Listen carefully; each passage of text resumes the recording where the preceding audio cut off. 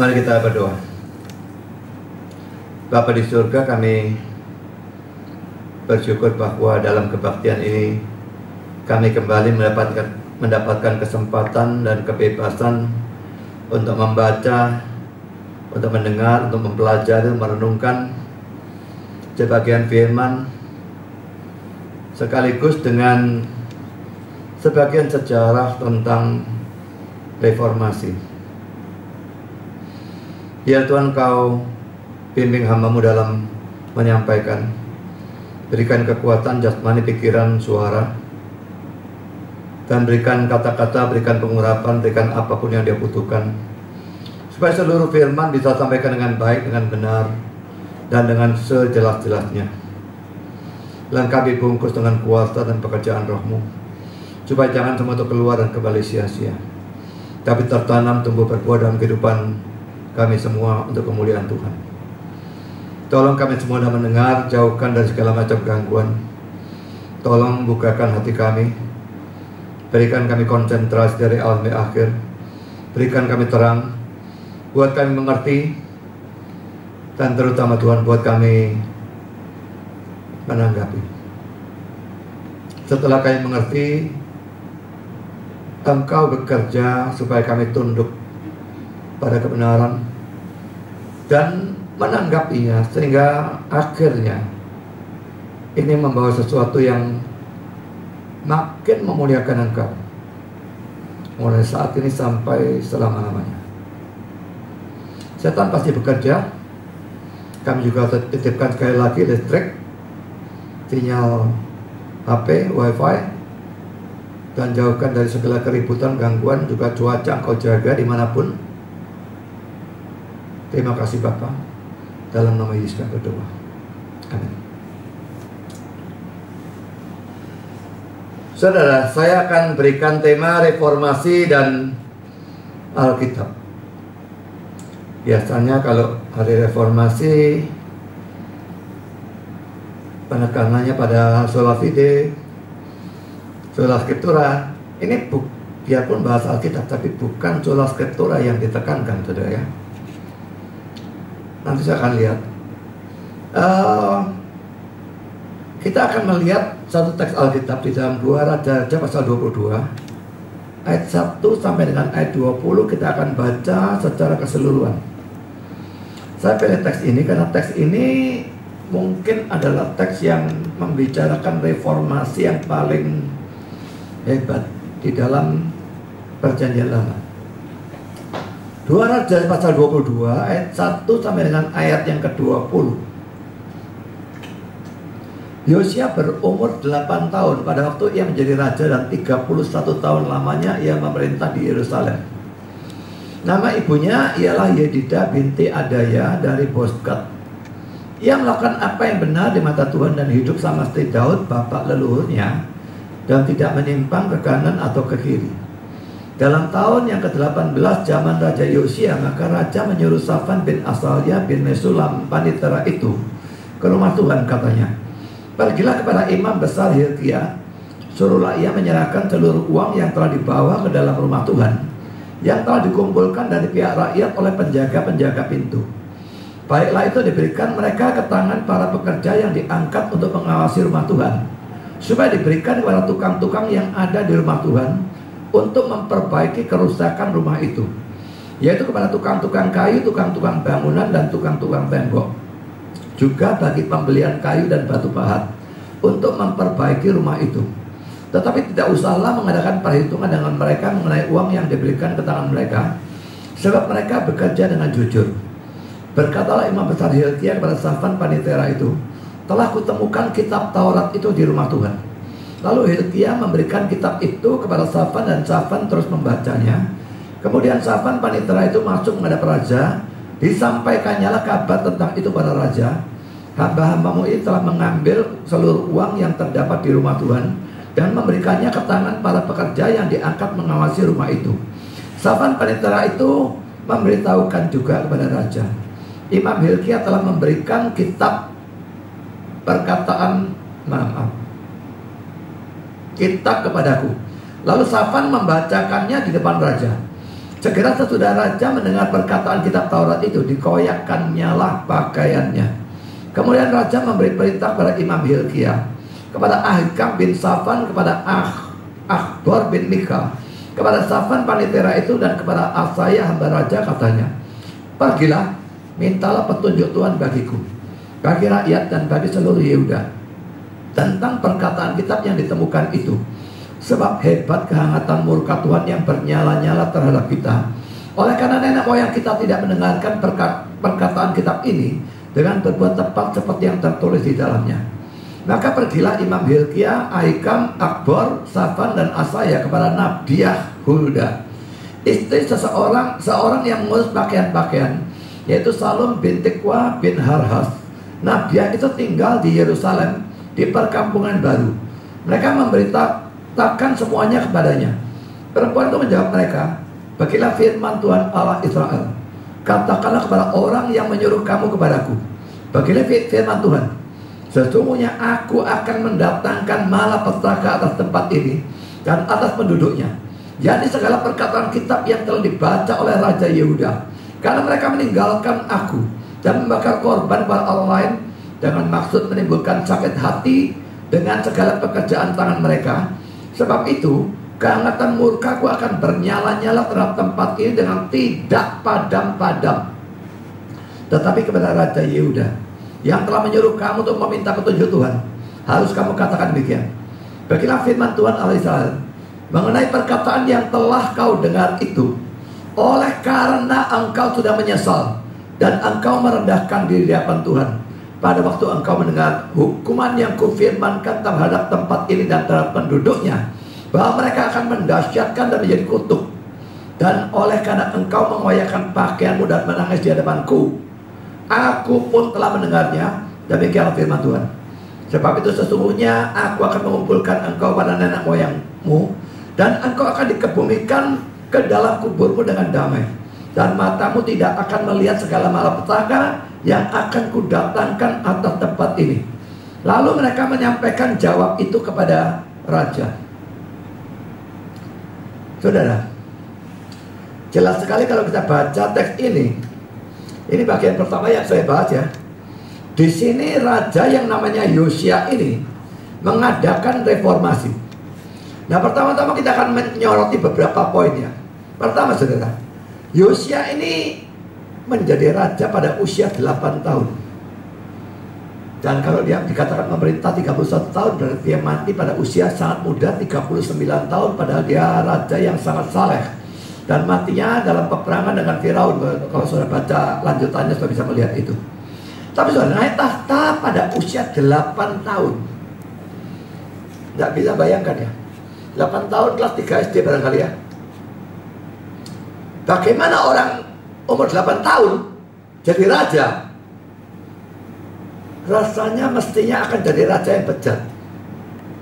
Apalagi bapak dia Amon, engkongnya Manasye, ini bejat semua. Manasye sih bertobat, tapi Amonnya tidak.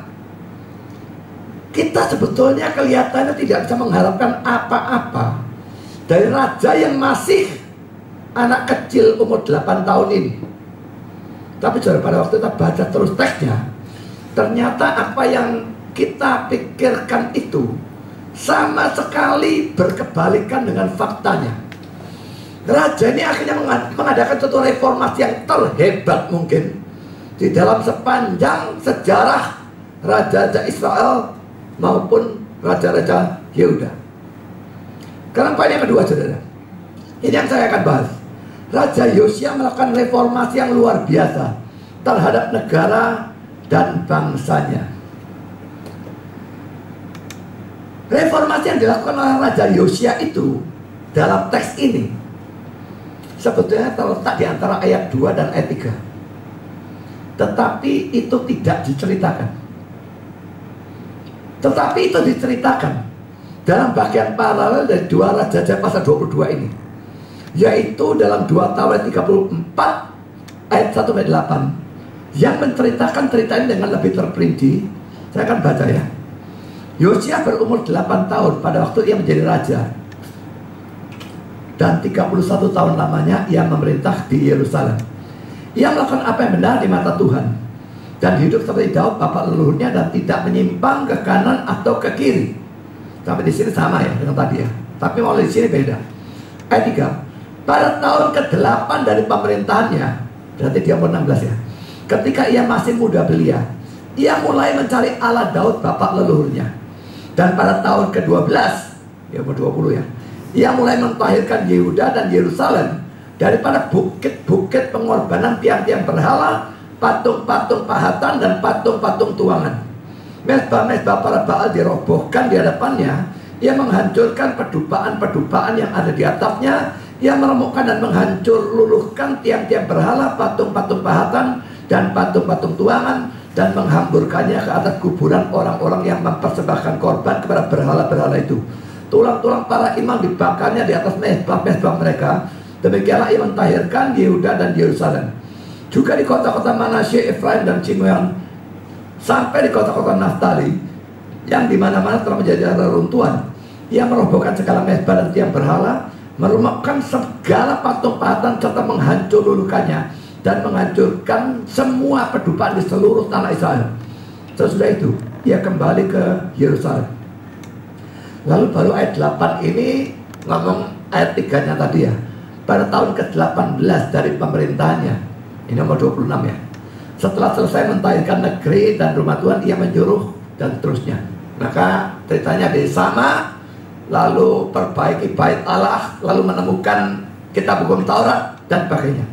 Saudara, jadi ada beberapa hal yang dia lakukan dalam mereformasi negara dan bangsanya. Pertama, poin A, dia sendiri mencari Tuhan pada tahunnya ke-8, berarti pada usia 16 tahun dari pemerintahnya. Jadi saudara, ini dalam 2 Tawarik 34 ayat 3a, tidak bisa kita mereformasi kalau kita sendiri tidak kenal Tuhan dengan baik. Bagaimana mau kenal Tuhan dengan baik? Mau mereformasi kalau tidak kenal Tuhan dengan baik? Sangat banyak gereja yang para pemimpinnya sendiri nabi palsu,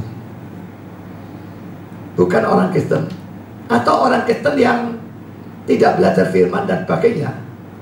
Mana bisa mau mengadakan reformasi? Tidak mungkin tuh. Raja Yosia mencari Tuhan pada usia sangat muda, 16 tahun, bayangkan ya. Lalu poin B, ia mentahirkan Yerusalem dan betul-betul tanpa kecuali dia hancurkan segala sesuatu yang berhubungan dengan berhala pada tahun ke-12 dari pemerintahannya, yaitu pada usia 20 tahun. Relatif sangat muda ya. Lalu poin C, dia memerintahkan untuk memperbaiki rumah Tuhan atau bait Allah pada tahun ke-18 dari pemerintahannya, yaitu pada usia 26 tahun. Diceritakan dalam kedua teks, baik 2 Tawarik 34 maupun 2 Raja pasal 22. Sekarang kita masuk dalam poin yang ketiga sudah ya. Pada saat memperbaiki bait Allah, mereka dia suruh memperbaiki itu, menemukan kitab hukum Taurat dalam ayat 8, juga dalam 2 Tawarik 34, sudah bisa membacanya dalam ayat yang ke-15, yang lalu dibacakan di hadapan Raja Yosia. Pikirkan ya, dia melakukan reformasi. Pertama dia cari Tuhan, kedua dia hancurkan semua berhala, ketika dia suruh perbaiki bait Allah. Maka kamu tidak perbaiki dulu baru hancurkan, duitnya tidak ada. Ini kumpulkan duit juga. Di sini sudah cukup duitnya, dia selama ini hancurkan tidak butuh duit, tapi bangun butuh duit ya. Dan pada waktu dia mulai mau membangun bait Allah, orang-orang yang disuruh menemukan kitab hukum Taurat. Saya pikir itu satu kebetulan. Matthew ini mengatakan seperti ini, merupakan sesuatu yang patut diperhatikan bahwa mereka sedang berkenaan dengan suatu pekerjaan baik. Reformasi itu lalu juga memperbaiki bait Allah pada waktu mereka menemukan kitab hukum Taurat. Mereka yang melakukan kewajiban mereka sesuai dengan pengetahuan mereka akan ditingkatkan pengetahuannya. Dengan ditemukan kitab hukum Taurat, dia tahu lebih banyak karena mereka melakukan yang baik sesuai dengan pengetahuan mereka. Kepada ia yang mempunyai akan diberikan. Kitab hukum Taurat merupakan suatu hadiah atau pahala bagi semua perhatian dan ongkos tentang perbaikan bait Allah. Kata-kata yang warna biru ya, kepada ia yang mempunyai akan diberikan. Itu dikutip dari Matius 13. Kita akan baca supaya melihat konteksnya. Saya baca ayat 10 dengan 18. Maka datanglah murid-muridnya dan bertanya kepadanya, mengapa engkau berkata-kata kepada mereka dalam perumpamaan? Ini perumpamaan orang yang menabur di 4 golongan tanah itu ya. Jawab Yesus, kepadamu diberi karunia untuk mengetahui rahasia kerajaan surga, tapi kepada mereka tidak. Karena siapa yang mempunyai, kepadanya akan diberi, sehingga ia berkelimpahan. Tapi siapa yang tidak mempunyai, apapun juga yang ada padanya akan diambil daripadanya. Jadi ini ayat 12. Ini yang dikutip oleh si Matius itu ya. Yang punya akan diberi. Punya apa saudara? Dalam hal ini saudara, kalau dalam Matius 13, para murid itu punya kerinduan terhadap firman. Yesus ngajar dalam perumpamaan para semua. Para murid juga, orang banyak juga, semua udah ngerti apa perumpamaan itu artinya. Tapi mereka punya kerinduan. Mereka tanya waktu sendirian, lalu dia jelaskan.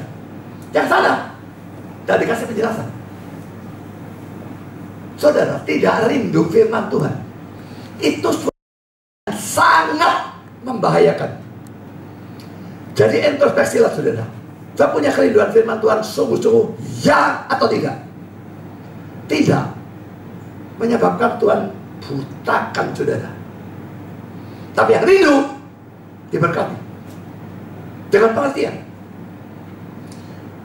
Banyak orang tanya, Roh Kudus cuma satu, kenapa orang Kristen bisa alirannya macam-macam? Tidak, banyak orang cari firman Tuhan betul-betul dan tunduk betul kepada otoritas Alkitab. Ada banyak tegar tengkuk. Mana Roh Kudus mau terangi orang seperti itu, dibutakan, sesat, tidak karu-karu, bisa sekali. Bukan salah Roh Kudusnya, salah orangnya. Jadi sini antara para murid dengan Raja Yosia ini ada persamaan. Para murid kerinduan firman. Dia pasti juga rindu firman, karena mencari Tuhan itu tidak bisa tanpa firman. Dan itu mulai usia muda. Lalu melakukan perbuatan baik, hancurkan berhala, bangun rumah Tuhan. Dan Tuhan hadiahi, anugerahi dengan kitab hukum Taurat yang ditemukan. Saya baca seterusnya ayat 13. Itulah sebabnya aku berkata-kata dalam perumpamaan kepada mereka, karena sekalipun melihat mereka tidak melihat, dan sekalipun mendengar mereka tidak mendengar dan tidak mengerti. Maka pada mereka genaplah nubuat Yesaya yang berbunyi, kamu akan mendengar dan mendengar, namun tidak mengerti. Kamu akan melihat dan melihat, namun tidak menanggap. Sebab hati bangsanya telah menebal, dan telinganya berat mendengar, dan matanya melekat tertutup, supaya jangan mereka melihat dengan matanya, dan mendengar dengan telinganya, dan mengerti dengan hatinya, lalu berbalik sehingga aku menyembuhkan mereka. Tapi kamu sekarang, berbahagialah matamu karena melihat, dan telingamu karena mendengar. Sebab aku berkata kepadamu, sesungguhnya banyak nabi dan orang benar ingin melihat apa yang kamu lihat, tetapi tidak melihatnya, dan ingin mendengar apa yang kamu dengar, tapi tidak mendengarnya.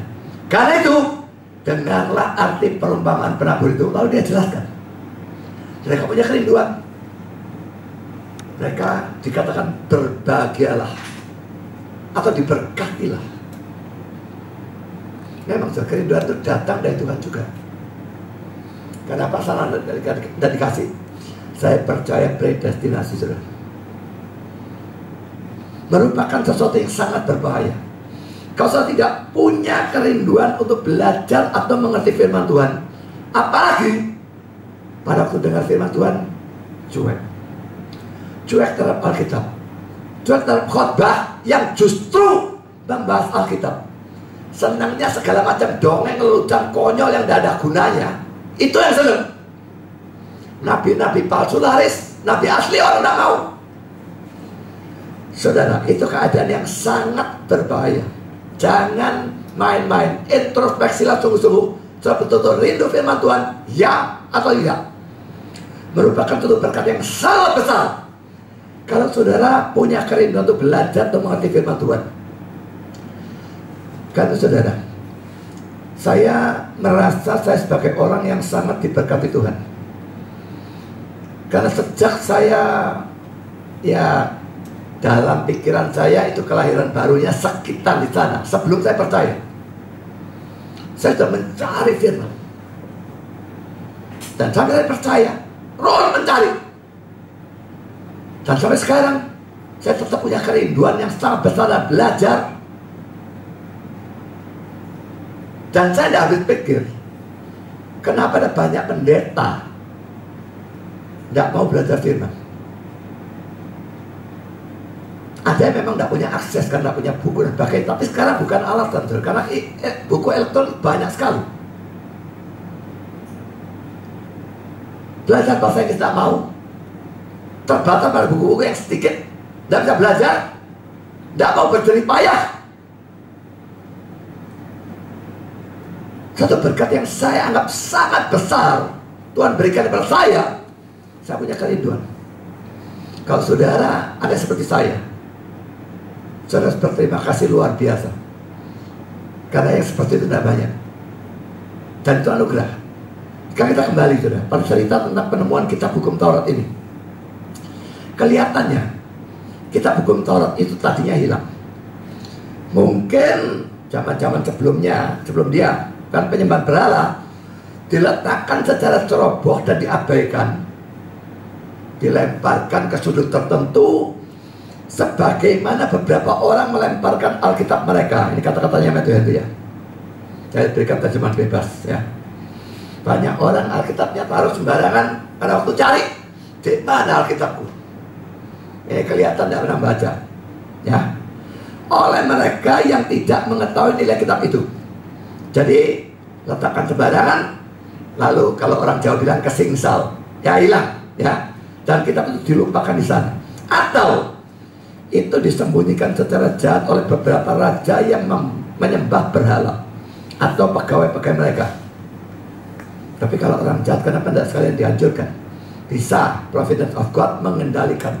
Cuma disembunyikan tapi tidak dihancurkan, bisa. Atau itu disembunyikan oleh orang-orang yang bersahabat dengannya, supaya jangan itu jatuh ke tangan orang-orang yang memusuhinya.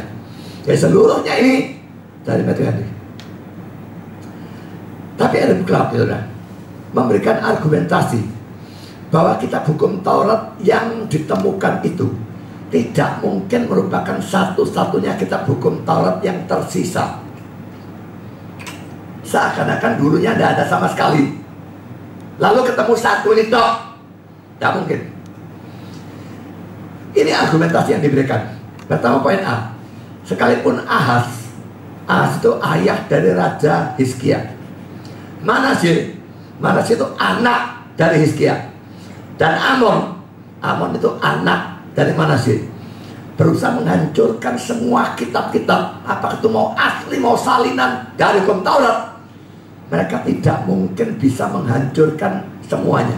Ini argumentasi pertama, saya tidak tahu apa dasarnya. Mungkin begitu banyak, tidak mungkin dihancurkan semua. Poin B, juga pada waktu Manasye bertobat, Manasye ini bejat luar biasa dan maunya dibasmi, tapi dengan ancaman Tuhan dia bertobat. Dan dia memulihkan setiap bagian dari penyembahan atau ibadah ilahi. Dia pasti tidak bisa melakukan hal itu tanpa hukum Taurat. Jadi mestinya ada pada zaman Manasye. Dan pemerintahan dari Amon setelah Manasye terlalu pendek. Saya tidak cari, tapi pendek dan dia mati. Terlalu pendek itu memberinya kesempatan untuk membalikkan apa yang sudah direformasi oleh ayahnya yang bertobat. Reformasinya Manasye itu sama sekali tidak ada artinya dibandingkan reformasi Yosia, ya. Karena itu saya katakan reformasi dalam tanda petik. Ini argumentasi kedua. Argumentasi ketiga, juga pada zaman Yosafat. Yosafat ini kan sepantaran dengan Ahab, ya. Ia memerintahkan pengajaran hukum Taurat ke seluruh negeri melalui imam-imam dan orang-orang Lewi. Dan mereka semua mempunyai kitab hukum Taurat. Saya akan bacakan 2 Tawaret 17 ayat 1. Sebetulnya saya hanya perlu baca ayat 7 sampai 9. Tapi untuk menunjukkan bahwa dari konteksnya bahwa ini membicarakan Yosafat, maka saya tulis mulai ayat 1. Maka Yosafat anaknya menjadi raja. Kayak langsung loncat ke ayat 7, ya. Jadi soal lihat konteksnya Yosafat ya. Pada tahun ketiga pemerintahannya, ia mengutus beberapa pembesarnya, yakni Ben-Hail, Obadya, Zakaria, Netanel, dan Mika, untuk mengajar di kota-kota Yehuda. Bersama-sama mereka turut juga beberapa orang Lewi, yakni Semaya, Netanya, Sebaja, Asael, Semiramot, Yonatan, Adonia, Tobia, dan Tob Adonia, disertai imam-imam Elisama dan Yoram. Mereka memberikan pelajaran di Yehuda dengan membawa kitab Taurat Tuhan. Banyak orang, dan disebarkan di mana-mana. Mereka mengelilingi semua kota di Yehuda sambil mengajar ayat. Jadi kitab Tauratnya mestinya tersebar di mana-mana. Itu mungkin dari dasarnya dia. Nggak ada kemungkinan Manase, Amon dan sebagainya bisa menghancurkan semua. Tidak ada kemungkinan. Lalu argumentasi keempat dari Aaron Clark, Yosia sendiri sudah mencari Allah jauh sebelum ditemukannya kitab hukum Taurat itu. 10 tahun sebelumnya, ya, dia naik tahta umur 8, umur 16 dia sudah mencari Tuhan. 10 tahun sebelum perbaikan bait Allah, lalu ketemu hukum Taurat. Dan bagaimana dia bisa mencari Allah kalau tidak ada hukum Taurat? Lalu dia memulai reformasi 6 tahun sebelum saat ini, pada waktu dia usia 20.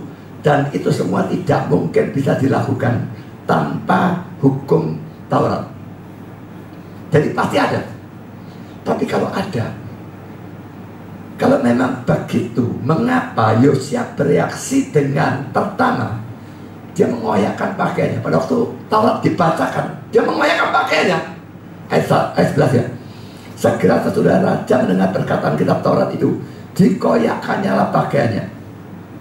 Kedua, minta petunjuk Tuhan yang lalu diberikan oleh Nabi Hulda. Ayat 12 sampai dengan ayat yang ke-20. Saya kira saya turunkan pelan-pelan saja, tidak usah dibaca. Tadi sudah cukup dibaca, cukup jelas ya.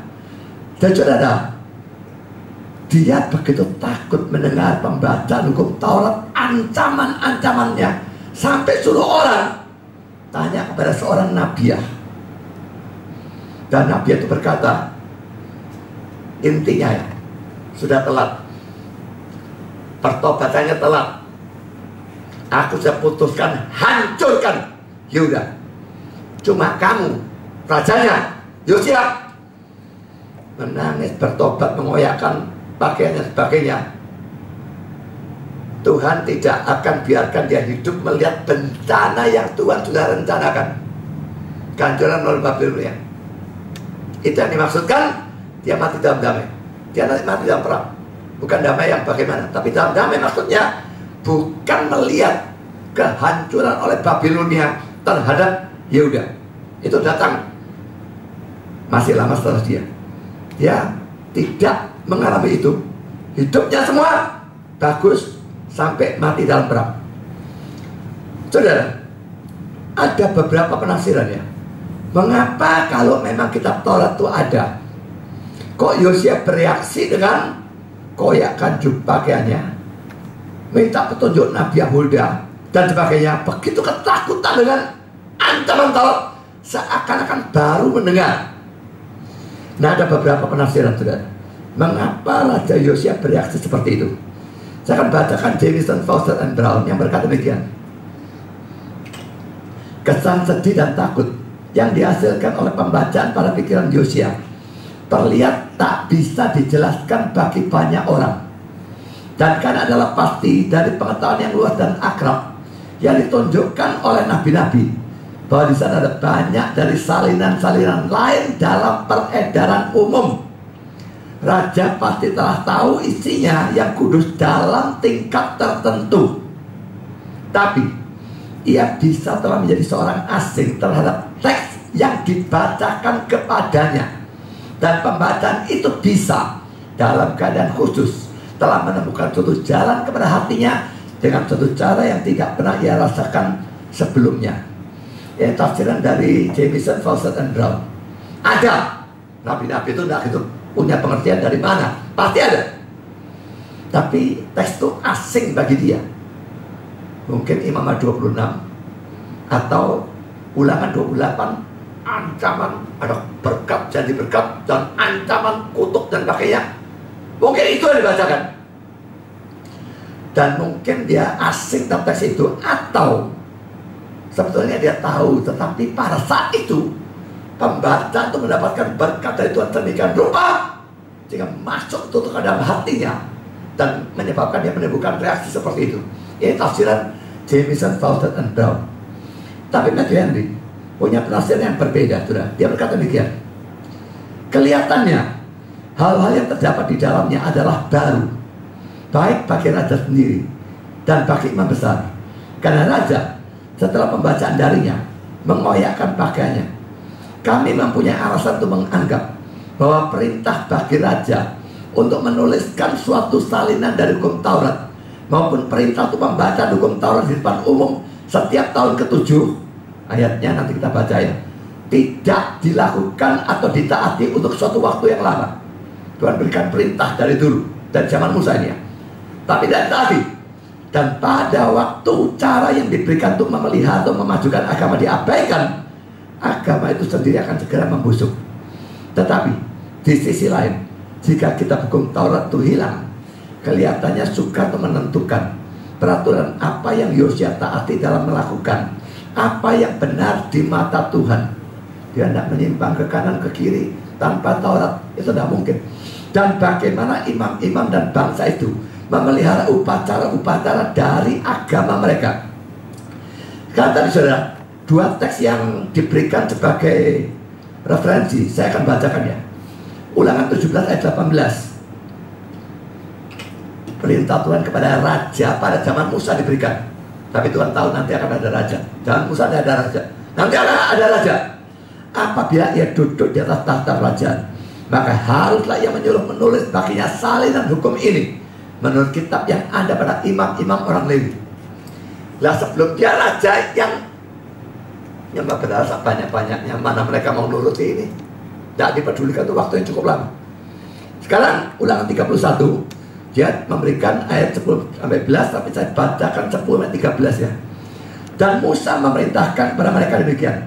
Pada akhir 7 tahun, pada waktu yang telah ditetapkan dalam tahun penghapusan hutang, yakni hari raya Pondok Daud, apabila seluruh orang Israel datang menghadap hadirat Tuhan Allahmu di tempat yang akan dipilihnya, maka ini perintah, haruslah engkau membacakan hukum Taurat ini di depan seluruh orang Israel. Seluruh bangsa itu berkumpul, laki, perempuan, anak, dan orang asing yang diam di dalam tempatmu, supaya mereka mendengarnya dan belajar takut akan Tuhan Allahmu, dan mereka melakukan dengan setia segala perkataan hukum Taurat ini, dan supaya anak-anak mereka yang tidak mengetahuinya dapat mendengarnya dan belajar takut akan Tuhan Allahmu selama kamu hidup di tanah kemana kamu pergi menyeberangi sungai Yordan untuk mendudukinya. Dibacakan untuk semua orang Israel, tidak peduli berapa juta. Seharusnya itu dilakukan setiap 7 tahun. Saudara, zaman Yosia, dia tahu pasti lama sekali tidak digubris. Dua hukum ini, baik penyalinan untuk raja maupun pembacaan untuk semua, diabaikan. Maka tidak perlu heran kalau agama di tempat itu yang tadinya benar membusuk dan mereka jatuh ke dalam penyembah berhala yang kacau balau tidak karu-karuan. Lalu Matthew ini masih meneruskan. Ini sekarang penafsiran dia.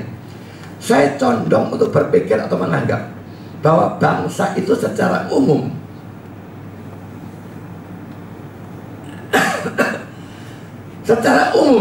mengambil ringkasan dari hukum Taurat, seperti ringkasan dari hukum-hukum kita yang imam-imam, untuk menghindarkan diri mereka sendiri dari kesukaran penulisan, dan bangsa itu dari pembacaan kitab itu secara keseluruhan telah sediakan bagi mereka sejenis kitab upacara yang mengarahkan mereka dalam mentaati agama mereka, tetapi menghapuskan apa yang mereka anggap cocok, dan secara khusus janji-janji dan ancaman Imamat 26 dan Ulangan 28 dan sebagainya. Karena saya memperhatikan bahwa ini adalah bagian-bagian dari hukum Taurat yang sangat mempengaruhi Yosia. Ayat 13. Karena hal-hal ini adalah baru baginya. Ya, jadi penafsirannya si Matthew Henry, rupanya imam-imam itu daripada nyalin, nyalin banyak, ini repot sekali. Bacakan kitab banyak. Lalu mereka membuat ringkasan-ringkasan, dan itu yang dipakai. Dibacakan ya ringkasannya, dan mereka buangi. Ini anggap cocok dibuang. Dan ini ancaman kok gak enak ya. Kalau enggak tak kutuk ini, kutuk. Buang. Mungkin ini tafsirannya betul. Ada Alkitab lengkap, buat ringkasannya,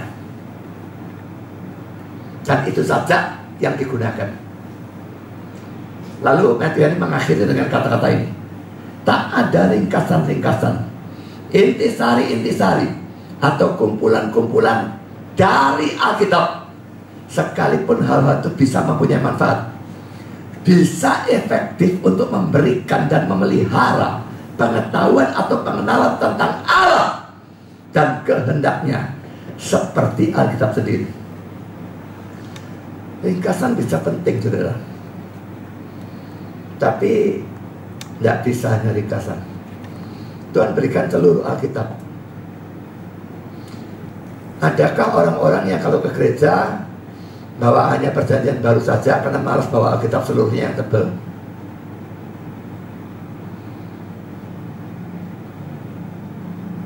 Tuhan memberikan Alkitab itu terlalu besar juga tidak. Betul-betul kebablasan malesnya kalau tidak mau bawa Alkitab itu.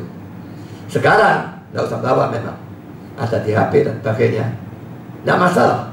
Orang yang mempermasalahkan itu orang gila bagi saya. Kalau Alkitab fisik diharuskan, kenapa tidak ekstrem minta manuskripnya sekali? Dan baca dalam Yunani Ibrani kayak mendem. Ini konyolnya luar biasa. Yang penting kan isinya, saudara ya. Jadi elektronik itu sama sekali tidak masalah, tapi ringkasan itu masalah. Matthew lalu menambahkan,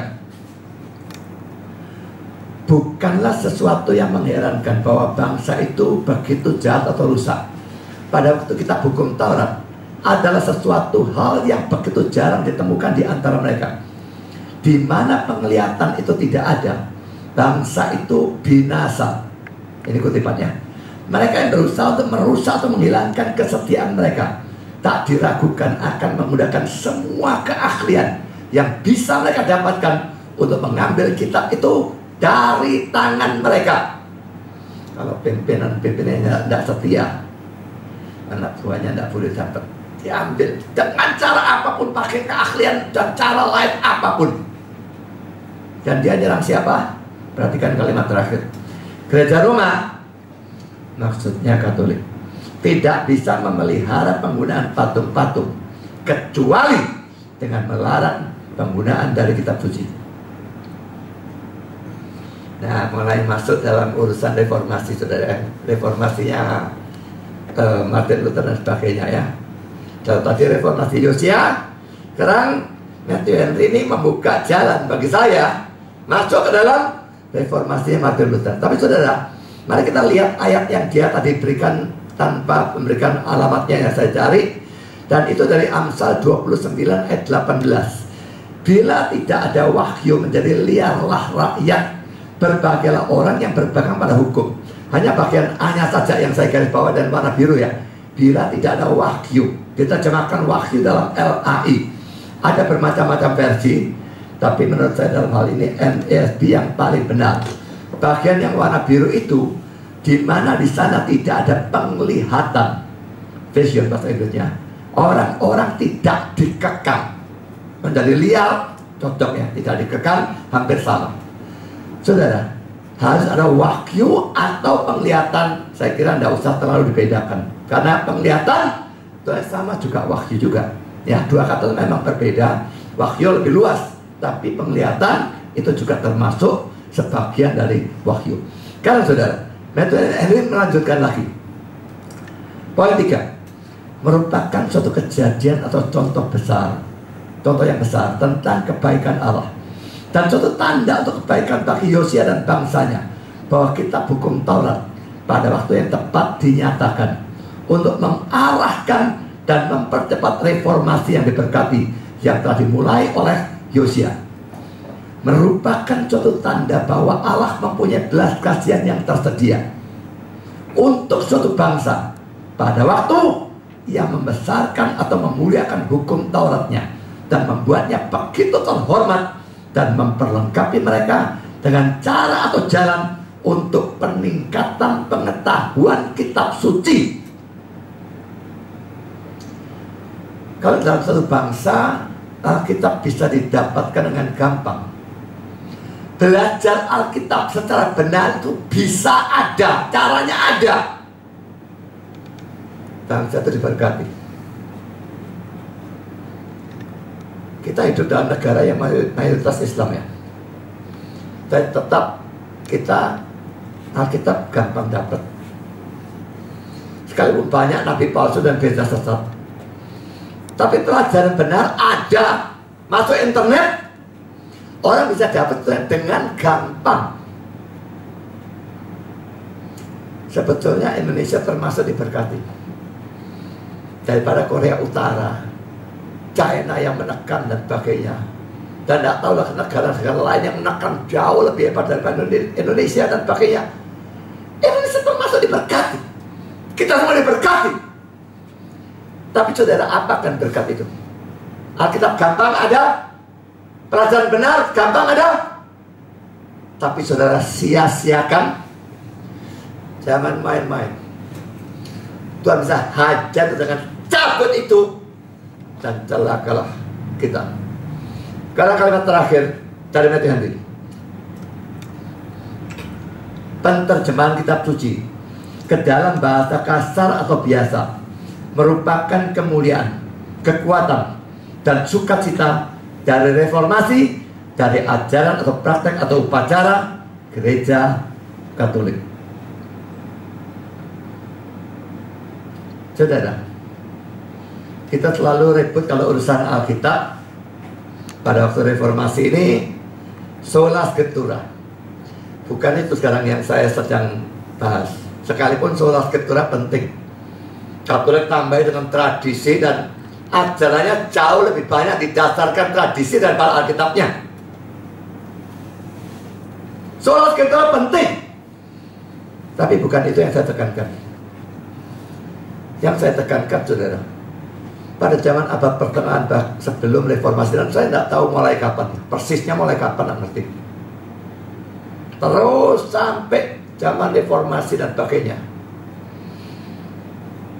sampai tahun yang cukup lama, Katolik melarang orang memiliki Alkitab, kecuali orang-orang tertentu yang mereka anggap wah pengertiannya cukup teguh, baru boleh memiliki. Itu pun Alkitab bahasa Latin, Latin Vulgate. Penerjemahan dilarang keras, pencetakan, penyebaran dilarang keras.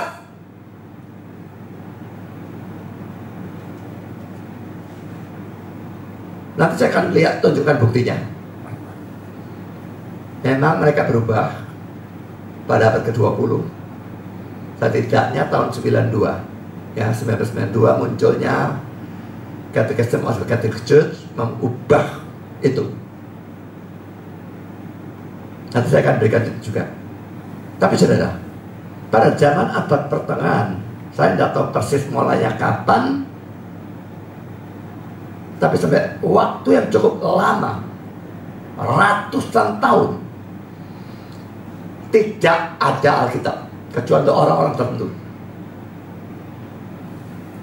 Pengajaran benar tidak ada.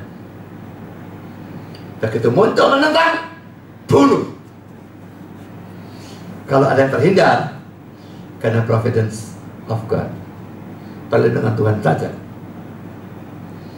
Saudara, tidak adanya Alkitab menunjukkan bahwa reformasi itu memang mutlak perlu. sebetulnya sudah mutlak perlu sejak sebelum zamannya Luther. Tetapi Tuhan baru berkenan betul-betul terjadi pada zamannya Martin Luther. Sekarang saudara, apakah benar bahwa pada abad pertengahan Alkitab itu tidak ada? Ya, tapi dalam arti tertentu. Ya, dalam arti tertentu itu memang benar. Nah, arti tertentu yang bagaimana? Mari kita melihat penjelasan-penjelasan di bawah ini. Pertama, sudah sebagai bukti bahwa Alkitab itu sukar didapatkan ya. Hal pertama, Martin Luther yang hidup pada tahun 1483 sampai dengan 1546. Baru untuk pertama kali dalam hidupnya melihat suatu Alkitab lengkap pada saat dia berusia 20 tahun. Dan itu pun Alkitab dalam bahasa Latin atau Latin Vulgate. Ini kata-kata David Schaff.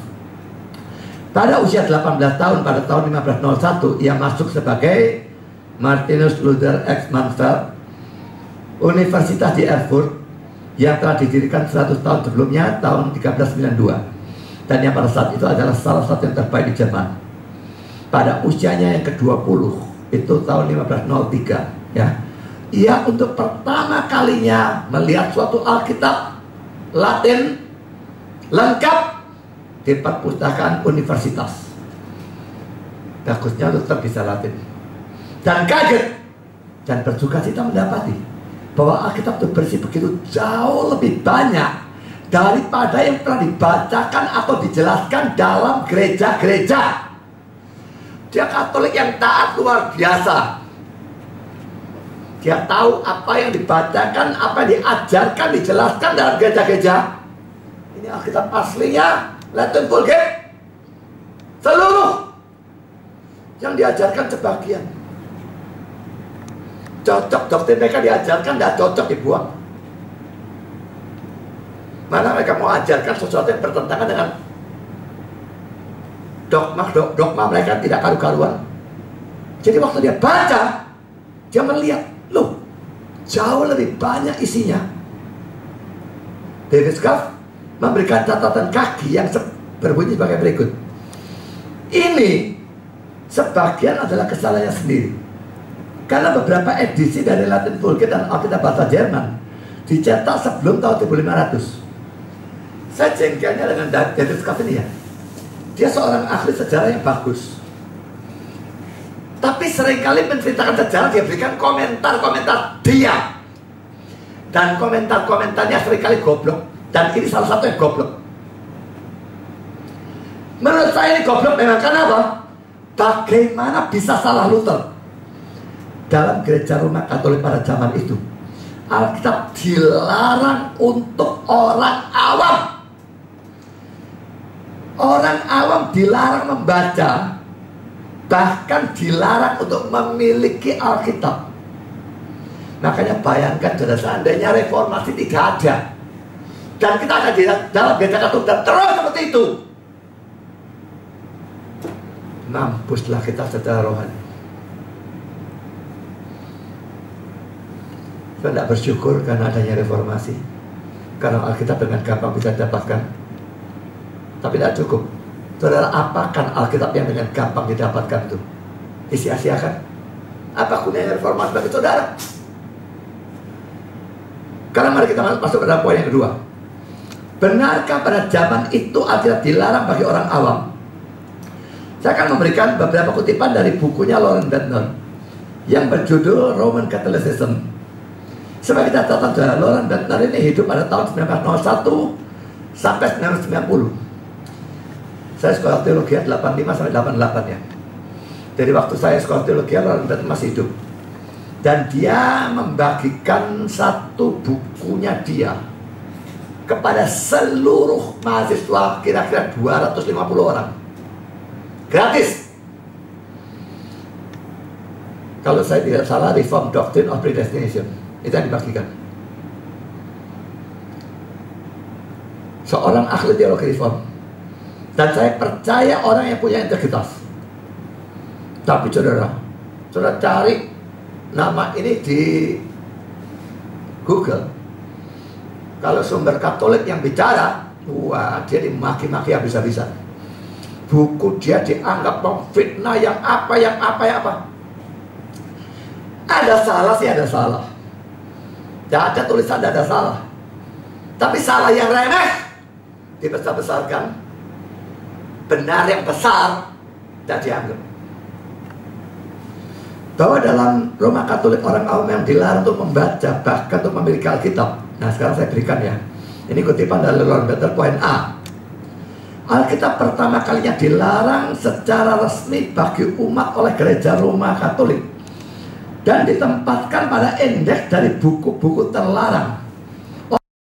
Valencia, kurang buka, suatu kota katedral di bagian tenggara Spanyol, baru tutup pada tahun 1229 dengan ketetapan sebagai berikut. Kami melarang juga pemberian izin kepada orang awam untuk memiliki buku-buku perjanjian lama dan baru, kecuali seseorang ingin dari suatu perasaan untuk berbakti, untuk mempunyai kitab Mazmur atau buku doa Roma Katolik untuk kebaktian atau pelayanan ilahi, atau saat-saat Maria yang terpuji. Saya tidak terlalu mengerti apa itu saat-saat Maria yang terpuji ya. Tapi pokoknya ini ringkasan dari Alkitab ditambah lagu-lagu dan pakai ringkasan, bukan seluruh Alkitab. Nah itu masih dibolehkan. Tapi kami dengan keras melarang mereka untuk memiliki buku-buku tersebut di atas dalam bahasa kasar, vulgar bahasa Inggrisnya. Dan yang dimaksud dengan vulgar atau kasar itu non-Latin. Mereka dewakan bahasa Latin yang bukan bahasa asli dari Alkitab. Ini lucunya ya.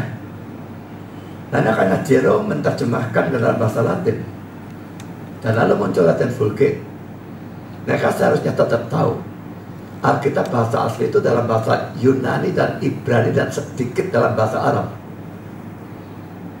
dan sama sekali nol dalam bahasa Latin. Mengapa penekanan Latin? Konyol. Saya lanjutkan. Di sini kita melihat bahwa Alkitab dilarang bagi orang awam kecuali untuk Mazmur dan atau kitab ringkasan Mazmur, puji-pujian dan doa dalam kurung buku devosi. Dan bahkan dalam kasus itu hanya bisa dalam bahasa Latin yang sudah tentu menempatkannya di atas jangkauan dari orang-orang umum atau biasa. Sudah bisa karena dia belajar dalam universitas itu. Tak belajar tentu saja tidak bisa. Ketetapan itu terjadi atau disetujui pada saat The Waldensians sedang mendapatkan kekuatan, dan itu ditegakkan dengan pengadilan yang baik. Pada waktu saya mencari di Google tentang hal ini ya, saya mendapati bahwa orang-orang Katolik membantah omongan Lord tadi yang mengatakan, pertama, di Index of Forbidden Books, daftar dari buku-buku terlarang, belum ada pada tahun 1229. Itu baru ada pada tahun 1559. Dan saya cek memang benar. Tapi saudara, mungkin pertama mungkin Lord salah, bisa. Kedua, mungkin Lord memungkinkan nantinya masuk ke indeks itu, daftar itu. Kalaupun salah, ini kesalahan remeh, ini bukan poin besarnya kan.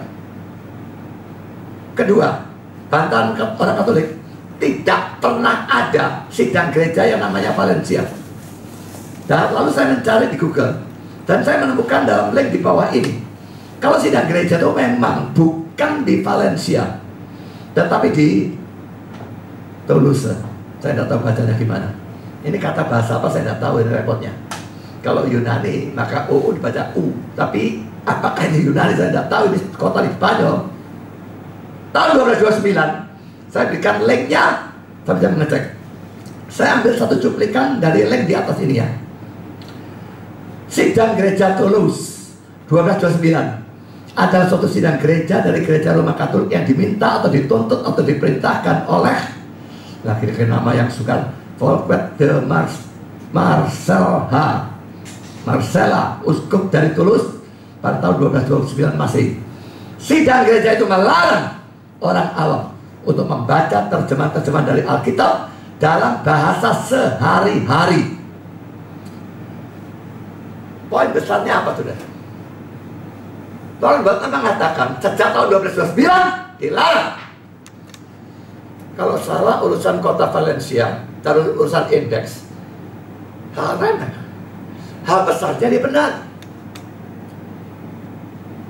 Nggak jawab mereka.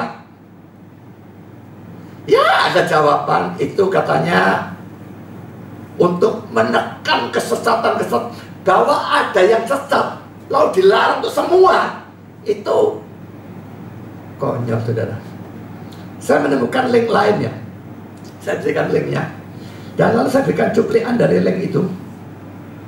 Tapi bahasa Inggrisnya saya berikan panjang, saudara ya. Yang saya terjemahkan hanya yang saya garis bawahi. Nanti dalam makalah saya berikan semua.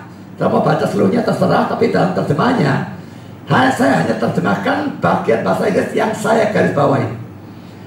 Bidak-bidak dan larangan membaca Alkitab yang tidak punya izin resmi untuk mencegah penyebaran kepercayaan Albigensian. Uskup lokal memanggil atau mengumpulkan sidang gereja Tulus pada tahun 1229. Sidang gereja itu juga memerintahkan umat untuk menghancurkan Alkitab-Alkitab yang telah diterjemahkan ke dalam bahasa Prancis dan bahasa-bahasa non-Latin lainnya. Umat juga dilarang untuk membaca salinan Alkitab manapun yang tidak mempunyai izin resmi. Keputusan untuk melarang umat untuk membaca Alkitab non-Latin diteguhkan dalam sidang gereja Tarragona pada tahun 1234. Jadi kalau Katolik bilang waktu itu dilarang karena di Tulus muncul suatu sekte, memang sekte ya, percaya dualisme dan sebagainya. Tapi saudara, ada kelompok sesat menggunakan Alkitab non-Latin. Sama sekali bukanlah alasan yang bagus, sedikit pun tidak bagus untuk melarang semua orang membaca Alkitab non-Latin. Ini merupakan kegilaan bagi saya.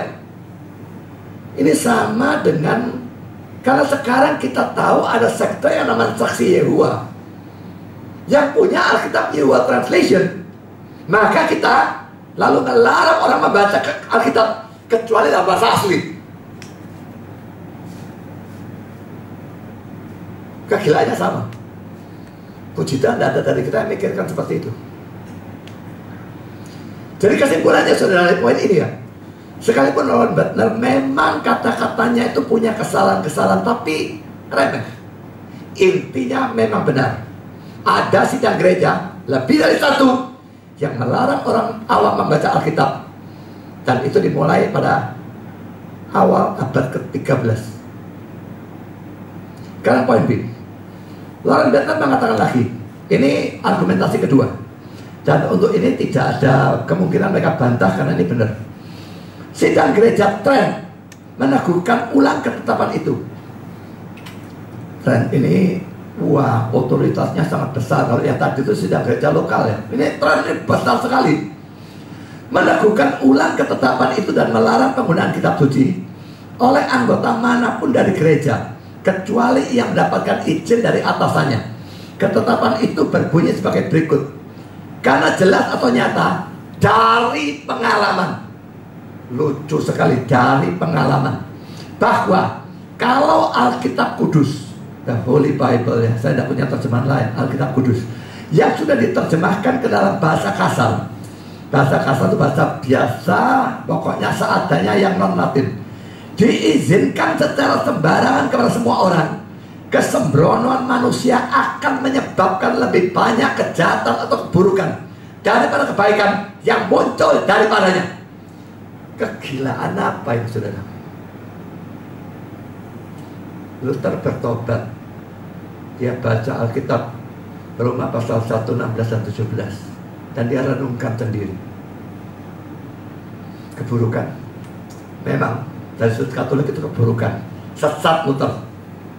Ya, saya lanjutkan. Maka pada titik ini diserahkan pada penghakiman dari uskup atau pejabat Roma Katolik yang meneliti penyesatan yang oleh nasihat dari imam atau pastor atau Mereka sebut confessor ya. Confessor itu pastor yang diberi otoritas untuk menerima pengakuan dosa. Boleh mengizinkan pembacaan Alkitab yang diterjemahkan ke dalam bahasa kasar atau biasa oleh pengarang Katolik kepada orang-orang yang iman dan kesalehannya menurut mereka akan bertambah dan bukannya dirusak oleh pembacaan itu. Dan karena mereka sesat, saudara, maka kalau menurut mereka bagus, itu yang sesat. Kalau menurut mereka sesat, itu bisa bagus. Menurut mereka akan bertambah dan bukannya dirusak oleh pembacaan itu. Dan izin itu harus mereka miliki secara tertulis. Pada ketetapan ini, seperti pada lebih dari 100 ketetapan-ketetapan yang lain yang diputuskan oleh sidang gereja ini, ditambahkan suatu kutukan terhadap siapapun yang berani melanggarnya. Dan juga hukuman-hukuman ditentukan terhadap pemilik atau penjual yang tidak sah dari buku-buku itu. Memiliki tidak boleh, jual tidak boleh, baca tidak boleh. Saya lanjutkan, warna biru. Di sini kita memperhatikan secara khusus pernyataan bahwa pembacaan Alkitab dalam bahasa ibu, native tongue ya, akan menghasilkan lebih banyak kejahatan atau keburukan daripada kebaikan. Dan ini komentar dari Lord Butler sendiri. Bayangkan itu sebagai ajaran sengaja dari suatu gereja yang mengaku sebagai Kristen. Betapa menghinanya bagi Allah seperti ajaran seperti itu, bahwa firman-Nya pada waktu dibaca oleh umat atau orang-orang akan menghasilkan lebih banyak kejahatan atau keburukan daripada kebaikan. Sikap itu terhadap firman Allah adalah tanda bukan dari suatu gereja yang benar, tetapi dari suatu gereja yang palsu. Bahkan di mana izin untuk membaca Alkitab diberikan oleh sidang gereja Trent kepada mereka yang dianggap begitu diindoktrinasi secara menyeluruh oleh ajaran Roma Katolik, sehingga tak ada apapun yang akan menggoncangkan iman mereka, izin itu harus tertulis. Sidang gereja Trent ini diadakan tahun 1545 sampai 1563. Kira-kira 8 tahun. Bayangkan sidang gereja bagaimana, saya tidak ngerti bisa 8 tahun. Dan ini jauh setelah zaman reformasi. Ya jauh, maksudnya reformasi tahun 1517 kan. Ini sidang gereja Trent 1545 sampai 1563. Nah, link di bawah ini bukan hanya membahas sidang gereja Trent, tapi juga sidang gereja Tulus di atas tahun 1229. Saya berikan linknya. Dan di dalam link itu ada seluruh keputusan sidang gereja Trent berkenaan dengan larangan mencetak, menjual, memiliki dan membaca Alkitab. Dan saya ambil dari link ini. Saya berikan di bawah ini, berikan turun-turun pelan-pelan ya, tanpa terjemahan. Saudara yang bisa bahasa Inggris silahkan baca sendiri untuk buktikan apakah memang. Nah, ada bagian saya beri warna merah, printers, print, teman-teman, mencetak tidak boleh ya. Lalu bagian yang merah lagi, not to sell them in future or even to keep them. Menjual tidak boleh, memiliki tidak boleh, kecuali diperiksa, disetujui dan sebagainya. Lalu under pain of anathema, di bawah ancaman kutuk ya. Saya berikan semua, sudah bisa baca sendiri bahwa ini seluruh keputusan sidang gereja Trent itu dalam urusan larangan membaca Alkitab bagi orang awam. Jadi ada, dan memang dalam hal ini tidak bisa disangkal ya. Memang ini keluar pada abad yang ke-16 setelah reformasinya Martin Luther, tapi mulai muncul sudah pada awal abad yang ke-13. Sekarang bukti yang ketiga, poin C. Kata-kata seorang yang bernama Alphonsus Liguori. Orang ini hidup pada abad 17 dan 18, tahun 1696 sampai 1787. Matinya tua sekali ya, 91 saudara ya. Kira-kira 91. Bagi saudara nama ini pasti tidak berarti. Tapi tanya orang Katolik, wah ini santo, betul-betul santo. Dan dia paling ahli dalam urusan kegilaan tentang Maria. Tapi di sini dikutip kata-kata dia oleh Lord Butler yang berkata demikian: kitab suci dan buku-buku pertentangan atau perdebatan tidak boleh diizinkan dalam bahasa kasar atau biasa, sebagaimana mereka juga tidak boleh dibaca tanpa izin. Jadi kalau mau tahu lebih banyak tentang orang ini, saya berikan linknya, bahwa dia itu santo, bahwa dia itu ajar-ajar nanti banyak tentang Maria. Bahkan itu yang paling ahli, dia urusan Maria. Mariologinya luar biasa, dan luar biasa sesatnya dan menyimpangnya dari Alkitab. Sama sekali tidak karu-karuan. Tapi sini dia ikut ngomong dalam urusan larangan membaca Alkitab. Sekarang poin ini, Loren Betner menambahkan dengan kata-kata ini: 4 paus yang berbeda sepanjang abad 18. Jadi sudah mulai awal abad 13 ya, terus sampai 18, sepanjang 18, 4 paus yang berbeda membuat pernyataan yang berotoritas menentang pemberian Alkitab pada umat dalam bahasa mereka sendiri, yang cirinya adalah seperti pernyataan Clement 11 dalam Bull Unigenitus. Kami dengan keras melarang mereka itu orang awam, untuk mempunyai buku-buku perjanjian lama dan baru dalam bahasa kasar atau biasa. Berkenaan dengan surat edaran dari Leo 13 tahun 1893 tentang pembelajaran Alkitab, kadang-kadang dikutip oleh orang-orang Roma Katolik sebagai suatu pernyataan yang mendesak orang-orang awam untuk mempelajari Alkitab. Ya, jadi Katolik seringkali bela diri. Ini ada kutipan ini dan sebagainya. Ya, dia berkata harus diperhatikan bahwa 1, Alkitab yang dikutip untuk pembelajaran adalah Latin Vulgate, yang sudah tentu tidak tersedia bagi orang biasa dan tidak dimengerti oleh mereka. 2, pernyataan untuk melarang mereka untuk menafsirkannya berbeda dengan sebagaimana gereja menafsirkannya. Jadi gereja sudah indoktrinasi. Saya katakan Katolik itu beda dengan Protestan maupun karismatik. Protestan, karismatik, Pentakosta, tiap orang bisa berbeda, tiap pendeta berbeda, tiap gereja berbeda ajarannya. Kalau Katolik, dalam hal ini sama dengan Saksi Yehova, Advent, indoktrinasi dari atas, semua harus ikut, tidak boleh nafsir sendiri. Apa gunanya bahasa Alkitab? Kecuali dia mau memberontak seperti Luther. Dan ketiga, itu tidak menghapuskan atau memodifikasi hukum gereja sebelumnya yang menolak penggunaan bebas dari kitab suci bagi orang awam. Setahu saya tidak pernah ada penghapusannya. Mestinya kalau mau fair, yang dulu salah hapus, ini yang benar. Lah saya nggak fair ya. Tanggal 11 Oktober 1992, Gereja Katolik menerbitkan Catechism of the Catholic Church, yang pada nomor 133 berbunyi demikian. Indonesianya terjemahan saya. Mereka punya KGK dalam bahasa Indonesia, tapi saya tidak kutip dari mereka, saya terjemahkan sendiri. Dan saya baca terjemahan saya sendiri. Gereja dengan kuat dan khusus mendesak semua orang Kristen yang setia untuk mempelajari pengetahuan yang melampaui dari Yesus Kristus dengan pembacaan yang sering dari kitab suci ilahi.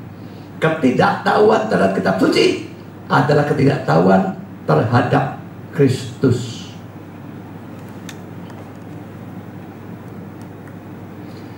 Jadi saudara, kalau zaman sekarang ada orang Katolik yang membantah serangan Loren Betner bahwa Alkitab dilarang oleh orang awam dengan mengatakan bahwa mereka punya Alkitab kok. Ini di Google sebagainya masuk saudara omongan ini. Siapa bilang dilarang? Aku punya, aku baca. Sekarang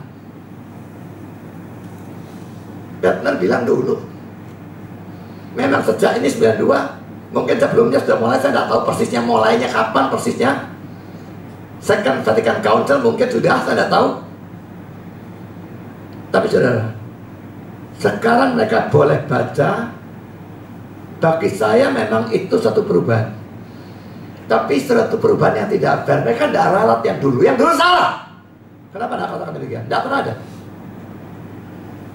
perubahan sikap Katolik dalam kitab suci adalah perubahan ke arah yang baik. Tapi dua hal yang saya ingin tekankan. Pertama, ada keanehan karena itu berarti bahwa keputusan-keputusan sidang gereja mereka, termasuk sidang gereja Trent yang itu besar sekali bagi mereka, dan kata-kata paus-paus di atas adalah salah.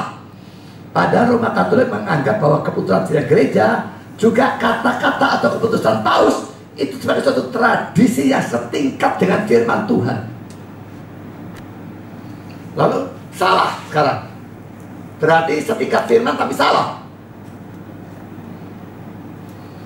Yang kedua, boleh dikatakan semua orang Katolik tidak peduli dengan tafsiran Kristen yang manapun. Saudara, saya sudah bosan dan muak debat dengan orang Katolik di Facebook. Dulu saya layani seadanya orang Katolik dan saya debat habis-habisan. Tidak pernah saya dikalahkan, mereka omong kosong. Saya pernah debat internet dengan satu orang Katolik sampai 1 tahun. Dan akhirnya dia tidak menjawab. Dan selalu dalam debat banyak serangannya tidak dijawab. Punya dia semua saya jawab tanpa kecuali. Ada perdebatannya sampai sekarang. Jadi saudara, mereka hanya peduli atau menerima tafsiran dari gereja Katolik, tidak peduli sekonyol apapun tafsiran-tafsiran itu. Ajaran misalnya Maria naik ke surga, Alkitab sebelah mana saudara? Maria itu bangkit, mereka percaya secara jasmani seperti Yesus, dan naik ke surga sama seperti Yesus dengan tubuh jasmaninya. Alkitabnya Katolik tidak ada itu kok. Maria tanpa dosa di Alkitabnya juga tidak ada. Kecuali Alkitabnya mereka upak-upak, tidak karu-karu, mereka tafsirkan secara konyol. Doa salam Maria konyol lagi, tidak ada lagi. Mereka bilang ada ayatnya, tafsirannya. Terus terang membuat saya kudu muntah.